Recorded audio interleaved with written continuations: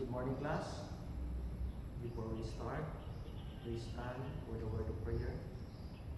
Can I go Palangan to lead the prayer?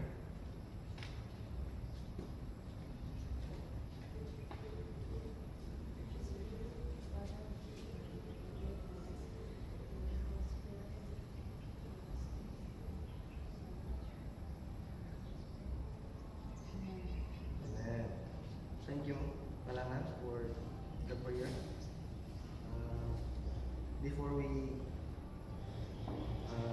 proceed, I'm glad to see everyone looking bright and ready to learn.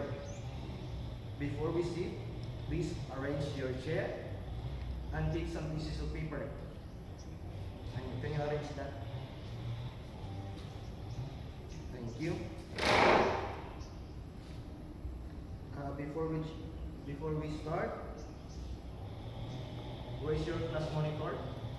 Class monitor, is there any absent? Your classmate today? None, sir. None. Very good. That's good to hear that. Before we begin, let's make sure we are same page with our classroom rules.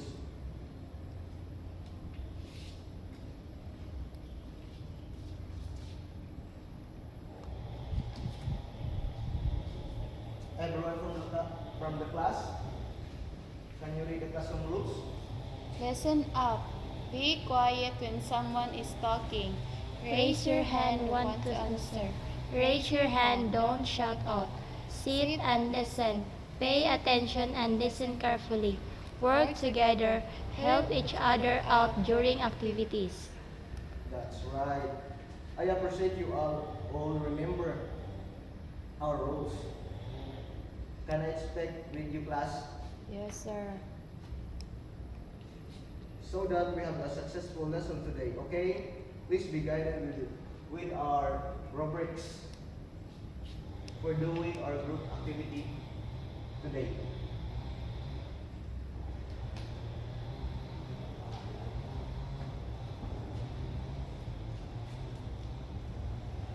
That is our rubrics. Accuracy is 40%, confidence is 20%, and the last is cooperation, 40%, total of 100% of group activity today. That's our rubrics. Now, before we continue, I divide you into two groups. This is for group 1 and this is for group 2. Now, this is the title of our topic for today. I give it to you. This is a scramble word, scramble letter. You need to arrange it. And if you are arranged it, you need to punch your hand. If you are done. This is for group 1 and this is for group 2.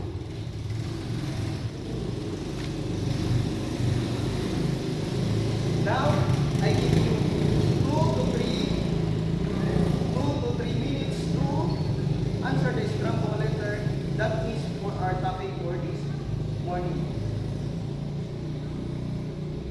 Okay, time's up. Group 1, can you please your answer?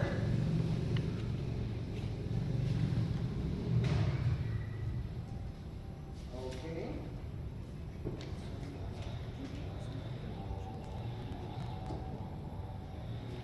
Oh, okay, can you raise your hand? What is the topic for this morning? Quadratic equation by factoring. What is group 2? That's right. Our topic for this morning is about solving quadratic equation by factoring. Our topic for this morning. And then the objective of this topic. At the end of the lesson, learner must be able to define a zero product problem, enumerate the steps, Factoring quadratic equation, solving quadratic equation by That is our objective to now about solving quadratic equation by factor. Now this is the step of solving quadratic equation by factor. Step from the write the quadratic equation in standard form. The standard form of quadratic equation is x squared plus bx plus c equal to 0, where a, b, c, and c are constants. That's right. For step 2, can we group? factor equation. Factor Equation into two binomial expressions, setting it equal to 0. For example, x squared plus 5x plus 6 equal to 0 can be factored as the x quantity of x plus 2, the quantity of x 3 is equal. That's right. The step 1 is the quadratic equation is ex squared plus bx plus c is equal to 0, which b and c is constant. And then for step 2, need to x squared, example, x squared plus 5x plus 6 is equal to 0, and then we do factor as x plus 2, and then x plus 3 is equal to 0. And then equate it into 0. Can you read? Sit Each factor 0. Each binomial equals solve. In the example of 2 is equal to x plus 0 to find the root. If done by it in 0, just like x plus 2, or step 2, and then equal to 0, and then x plus 3 is equal to 0. Find that. For support, Questions. Solve the solution back into the original equation to ensure they satisfy the equation. that's right. For step 5, The solution. The solution as either real numbers or complex number depending on the nature of the root. now let's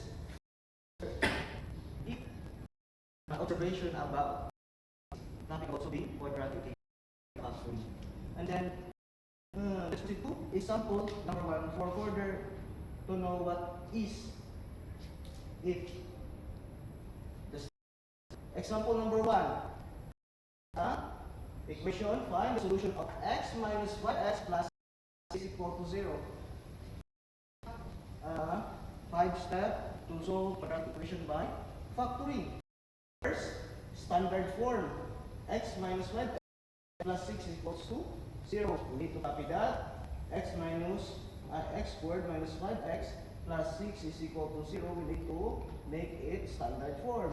And then, for the step is, we need to factor out the minus 5x equals to 0. Factor of x, that, and then if we add, we get 5x and we got a positive 6. If we got x minus 2 times x minus 3 is 0. The step for number 2 is factoring the expression. This is the step 2 is factoring. For step 3 is set each factor to 0. For step 3, the step 2 is x minus 2. Now x minus 2 is 0. And then transpose. And then x, we got x is equals to 2. And then x minus 3 is equals to 0. And then x transpose 3. And then we got x is equals to 0. Step 3, set each factor to 0. For step number 4 is, can you read? Check the solutions. Check the solution.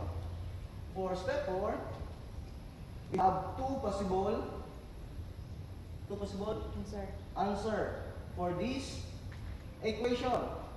X minus x 2 minus 5 x 2 0, or our x is equal to 2 and then x is equals to 3.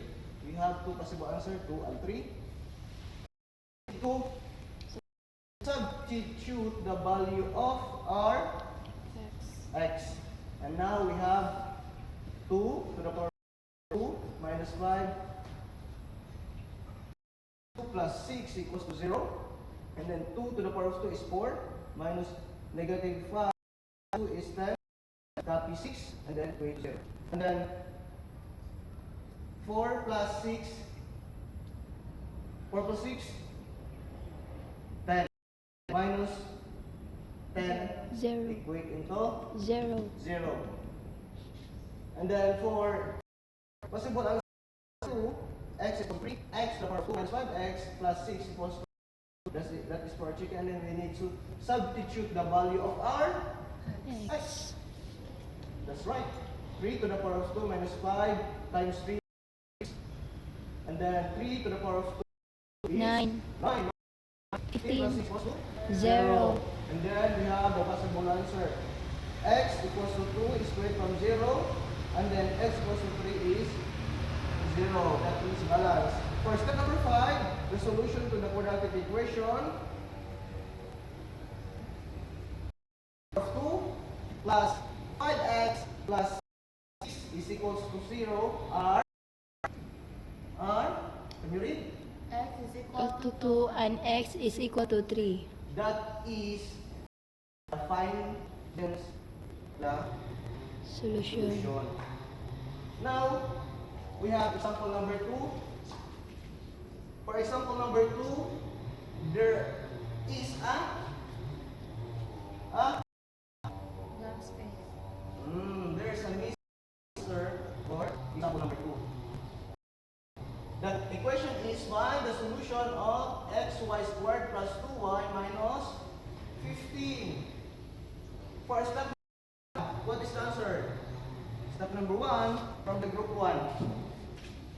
From the group 1, step number 1 is the answer?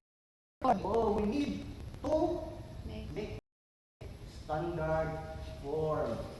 This is, we need to equate it into 0. This is step number 1. 2y squared plus 7y minus 15 is equals to 0. Need to, Equal need to to 0. make it a standard form. For the answer for number 1 is for the group 1. You got 5 points. For number 1, that's the step. For number 2, for the group 2, now we have 5 points for the group 1. For step number 2, from the group 2, what is the answer? What is the answer for step number 2?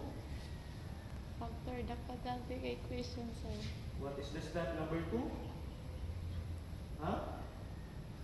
X, y is equal a y plus 5 because no, the answer E.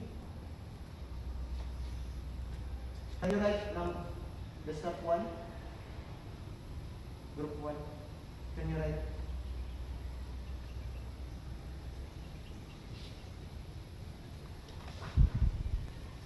Step 1.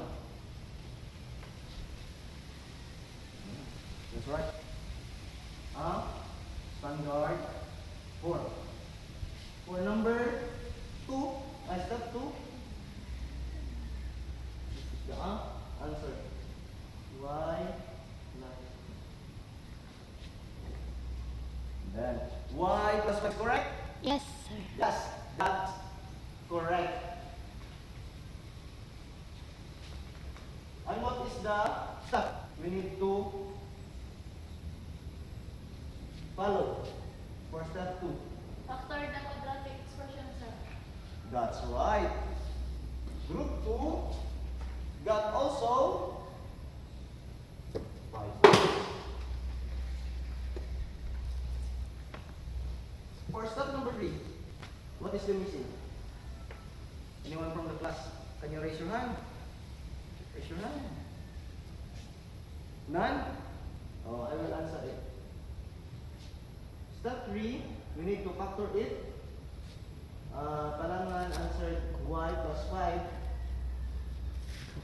Factor 2y minus 3, that is factor. And then 2y minus 3 into 0. We got 3 over 2. And then, what is the factor of 2y minus 3? Huh? We got y plus 5. Y plus 5. And what is the step? Set h factor to 0. Yes. For number, group 1 got 5 points. Now, group 1 got 5 points, and group 2 got 5 points. And then, step 4. For step 4, this is the... Checking. For step 3, what is the step we use? Set h factor to 0, sir. Write the word.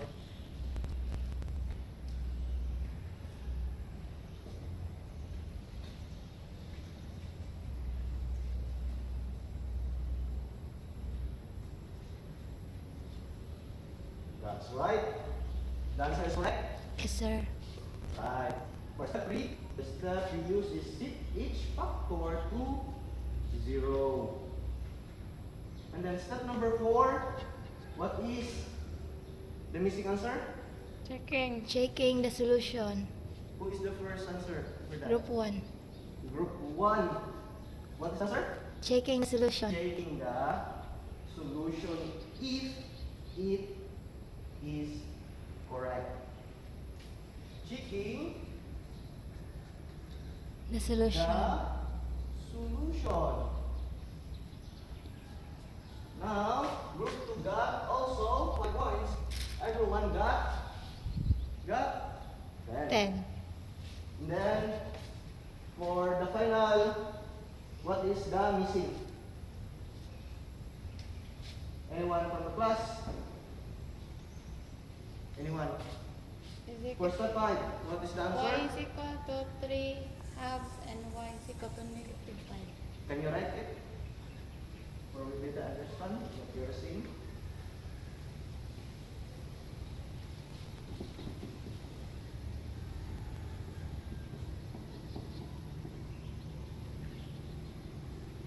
Can you complete it?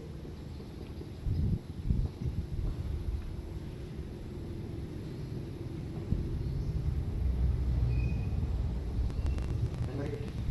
2x squared plus y is 7y minus 15 equal to 0, where the roots are y is equal to 3 halves and y is equal to negative 5. What is your group? Group 2. Now, we have 15 points for group 2 and group 1 got 10 points. Can we give finish a clap for group 2? Can first we need to 1, 2, 3. 1, 2, 3. Very good, very good. Thank you very much. Okay, can you recite with me? 1, 2, 3. 1, 2, 3. Very good, very good. That's right. For group 2. Got points for using number 1. For activity, we have a activity is 1 unit. We divide into 2 groups. I have here a equation, quadratic equation. Now, this is the quadratic equation. The instruction is, I give it to you in your group. The instruction is, can you read? Match its quadratic. In column A with its correct solution in column B. That's right. We have an activity group 1 and group 2. For we need to answer it, correct answer for the factor of column A. We need a correct answer for column B. And now, I give you 3 to 5 minutes to answer with your group. I give you this, and this for group 1, and for the group 2.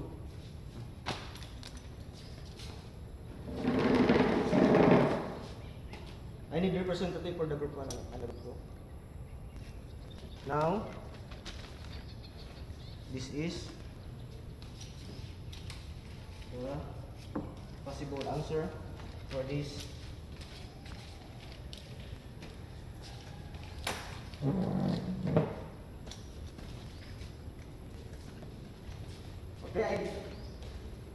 Okay, I give you 3 to 5 minutes to answer. If you are done, you put it into the board. If you have the correct answer, I give you 5 points each. A total of 6 points. Now, timer starts now.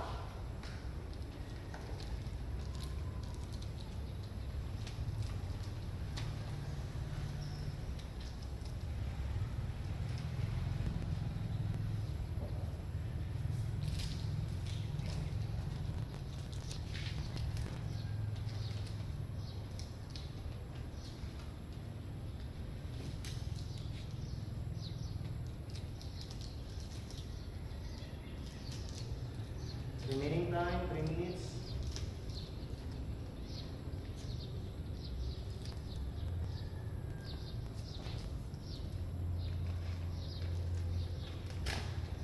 It's almost time.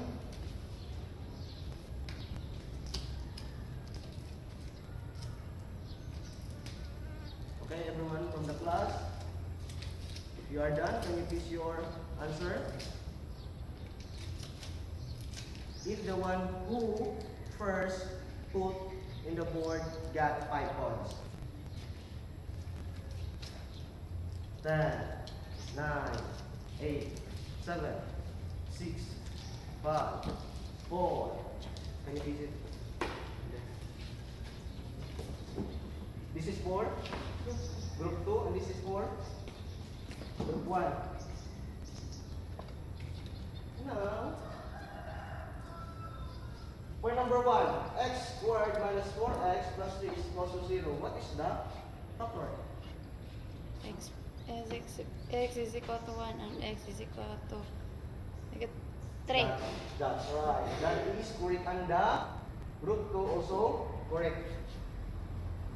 For the group 2, number 2, 2x squared plus 5x minus 3 is equal to 0. What is the possible factor? X is equal to negative 3 and x is equal to negative 1/2. You're the same? Yes. That's right. That's correct. For number 3, x squared minus 9 is equal to 0. X is equal to 3 and x is equal to negative 3. Why? Because we factor it, sir. 9, negative 9 is a what? A perfect square. 3 times 3, 3 times negative 3, we got negative 9. We have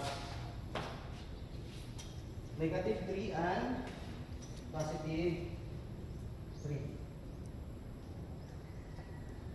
For number 4, what's the answer? X is negative 1/2 and x is 1/2. For number 4, X is equal to 2 and x is equal to 4/3. that's right. That also another check for group 1 and another check for group 2. For number 4, that's correct? Yes, sir. That's right. For number 5, X is equal to negative 1 half and X is equal to 1 half. It is correct? Yes, sir. That's right. 5 times can be 25. For number 6, X is equal to negative 3, sir. all of you got Perfect score. perfect score. Each of the answer have an equivalent points.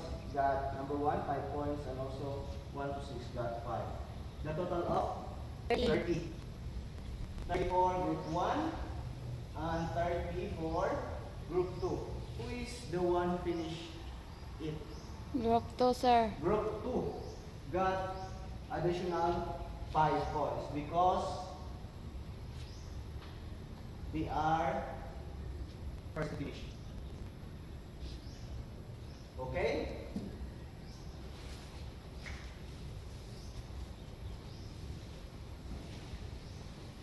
For our another discussion for our life.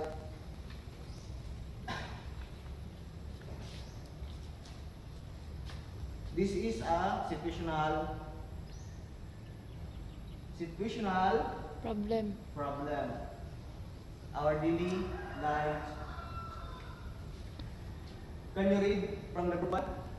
Rectangular garden has an area of 48 square meters. The length of the garden is 4 meters more than its width.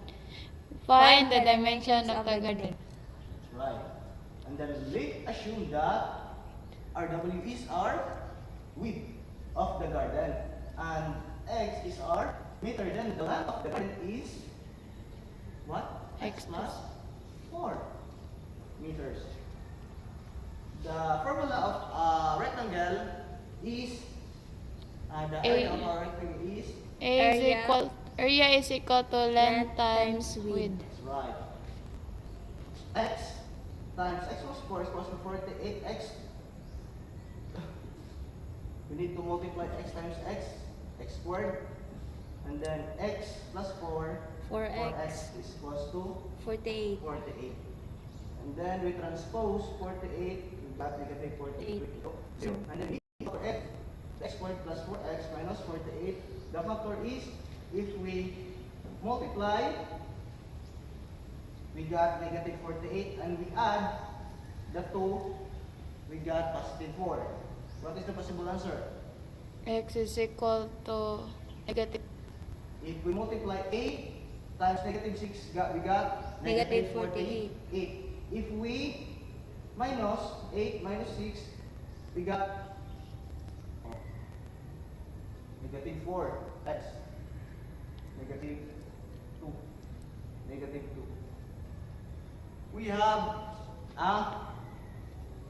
two possible answer. What is the answer for X plus 8? X is equal to negative 8. And the another one? X is equal to 6. Therefore, the dimension of the garden are 6 meter by 10. 10 meters. 10 meters.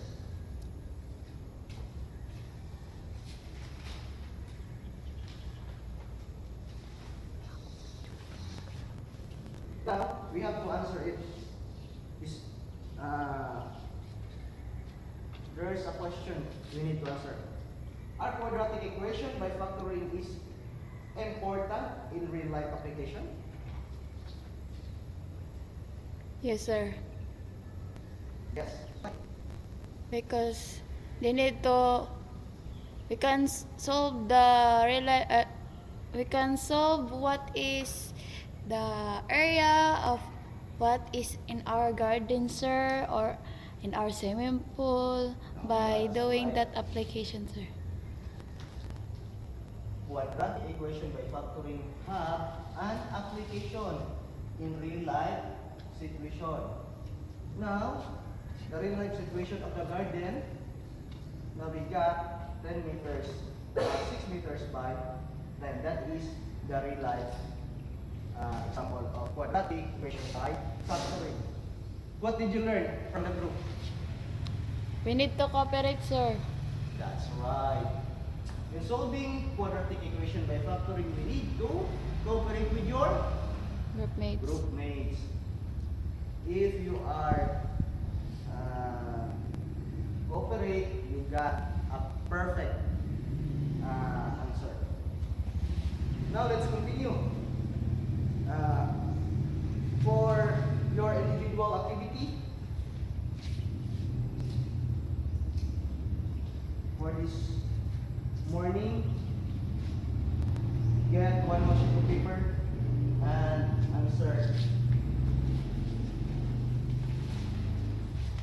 answer this. This is individual that contain 5 points each. 5 points for this individual. And you need to answer it for your individual for this morning activity. Okay? If you are done, Miss Malangan are to read the paper. Miss Malangan, you are give it to the office if you are done. And then for your additional, this is, you need to pass it tomorrow.